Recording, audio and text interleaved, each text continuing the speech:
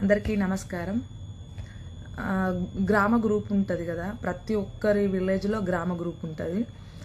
ఆ గ్రామ గ్రూపుల్లో వివిధ కులాల వాళ్ళు ఉంటారు. బీసీలు ఉంటారు, ఎస్సీలు ఉంటారు, ఓసీలు ఉంటారు, ఎస్సీలలో సబ్ క్యాస్టెస్ ఉంటారు, ఎస్టీలు ఉంటారు, ఇలా రకరకాలు ఉంటారు. కానీ ఎవరు కూడా కులాల గురించి రెచ్చగొట్టడం కానీ మతాల గురించి రెచ్చగొట్టే పోస్టులు ఏ కులాల వాళ్ళు కూడా పెట్టరు. కానీ ఎవరైతే ఈ కన్వర్టెడ్ కల్తీ క్రిస్టియన్స్ ఉంటారో వాళ్ళైతే మతాల గురించి పోస్ట్ పెట్టడం కానీ, లేకపోతే మేము డైరెక్ట్ క్రిస్టియన్ అని చెప్పుకోలేకుండా కులాలను రెచ్చగొట్టే పోస్టులు, లేకపోతే అంబేద్కర్ గారి పేరిట పోస్టులు పెడతారు. అయితే వాస్తవానికి వాళ్ళ ఆ విధంగా పెట్టడానికి ఎవరు కారణం? మనమే కారణం. సమాజంలో లేని వ్యక్తులను వాళ్ళు ఇప్పుడు మన గ్రామంలో ఏదన్నా మీటింగ్ జరిగినా కానీ, లేక ధర్మసేవ దేవుడికి సంబంధించింది కానీ, లేకపోతే ఏదైనా గుడి ఓపెనింగ్ వేటికి కూడా వాళ్ళు అసలు పాల్గొనరు. కానీ వాళ్ళని మాత్రం గ్రూపులలో యాడ్ చేస్తాం.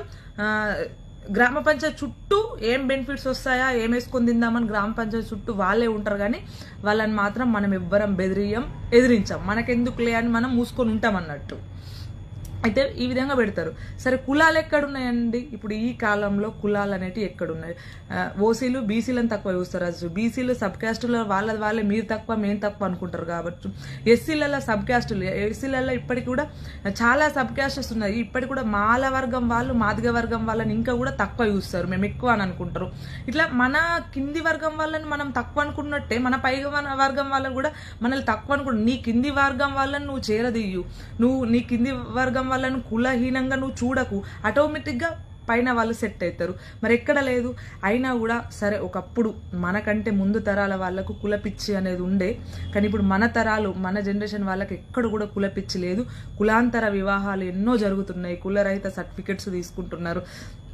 దయచేసి ఇలాంటి దేశద్రోహులు పెట్టే పోస్టులకు వేరే హిందూ దళితులు కూడా అట్లా కాకండి. ఎందుకంటే వాళ్ళు ఏమంటారంటే, ఇంకోటి ఏమంటారంటే, మనం డైరెక్ట్ నిలదీస్తాం. ఏమని?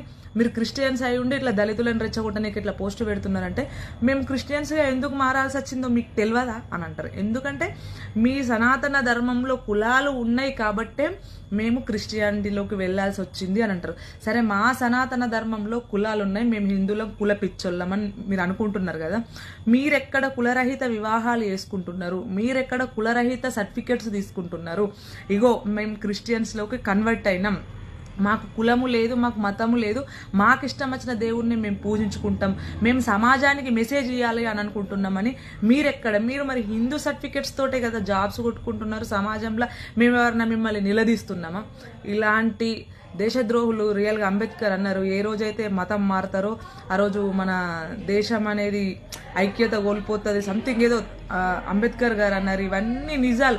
ఇలాంటివి జరగకుండా చూసుకునే మనదే బాధ్యత. ప్రధానమంత్రి మోడీ గారు ఎక్కడో ఉంటారు, యోగి గారు ఎక్కడో, మన పట్లనే మనం భారత పౌరాలం కాబట్టి మనం బాధ్యతగా వ్యవహరించి ఇలాంటివి తరిమి కొడదాం. జై హింద్, జై భారత్. అందరికీ నమస్కారం. గ్రామ గ్రూప్ ఉంటుంది కదా, ప్రతి ఒక్కరి విలేజ్లో గ్రామ గ్రూప్ ఉంటుంది. ఆ గ్రామ గ్రూపుల్లో వివిధ కులాల వాళ్ళు ఉంటారు. బీసీలు ఉంటారు, ఎస్సీలు ఉంటారు, ఓసీలు ఉంటారు, ఎస్సీలలో సబ్ క్యాస్టెస్ ఉంటారు, ఎస్టీలు ఉంటారు, ఇలా రకరకాలు ఉంటారు. కానీ ఎవరు కూడా కులాల గురించి రెచ్చగొట్టడం కానీ మతాల గురించి రెచ్చగొట్టే పోస్టులు ఏ కులాల వాళ్ళు కూడా పెట్టరు. కానీ ఎవరైతే ఈ కన్వర్టెడ్ కల్తీ క్రిస్టియన్స్ ఉంటారో వాళ్ళైతే మతాల గురించి పోస్ట్ పెట్టడం కానీ, లేకపోతే మేము డైరెక్ట్ క్రిస్టియన్ అని చెప్పుకోలేకుండా కులాలను రెచ్చగొట్టే పోస్టులు, లేకపోతే అంబేద్కర్ గారి పేరిట పోస్టులు పెడతారు. అయితే వాస్తవానికి వాళ్ళ ఆ విధంగా పెట్టడానికి ఎవరు కారణం? మనమే కారణం. సమాజంలో లేని వ్యక్తులను వాళ్ళు ఇప్పుడు మన గ్రామంలో ఏదన్నా మీటింగ్ జరిగినా కానీ, లేక ధర్మసేవ దేవుడికి సంబంధించింది కానీ, లేకపోతే ఏదైనా గుడి ఓపెనింగ్ వేటికి కూడా వాళ్ళు అసలు పాల్గొనరు.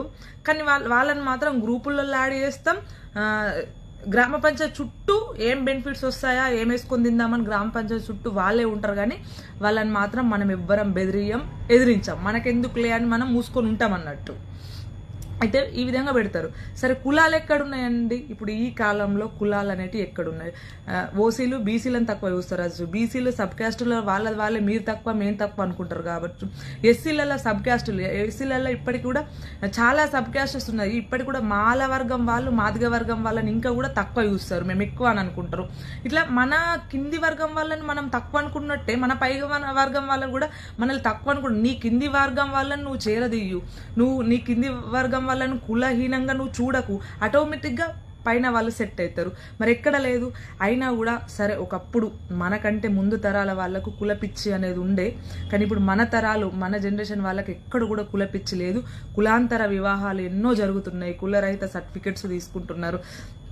దయచేసి ఇలాంటి దేశద్రోహులు పెట్టే పోస్టులకు వేరే వేరే హిందూ దళితులు కూడా అట్లా కాకండి. ఎందుకంటే వాళ్ళు ఏమంటారంటే, ఇంకోటి ఏమంటారంటే, మనం డైరెక్ట్ నిలదీస్తాం ఏమని, మీరు క్రిస్టియన్స్ అయి ఉండి ఇట్లా దళితులను రెచ్చగొట్టడానికి ఇట్లా పోస్టు పెడుతున్నారంటే మేము క్రిస్టియన్స్గా ఎందుకు మారాల్సి వచ్చిందో మీకు తెలియదా అని అంటారు. ఎందుకంటే మీ సనాతన ధర్మంలో కులాలు ఉన్నాయి కాబట్టే మేము క్రిస్టియానిటీలోకి వెళ్లాల్సి వచ్చింది అని అంటారు.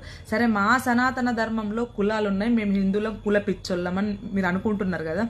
మీరెక్కడ కులరహిత వివాహాలు చేసుకుంటున్నారు? మీరెక్కడ కులరహిత సర్టిఫికెట్స్ తీసుకుంటున్నారు?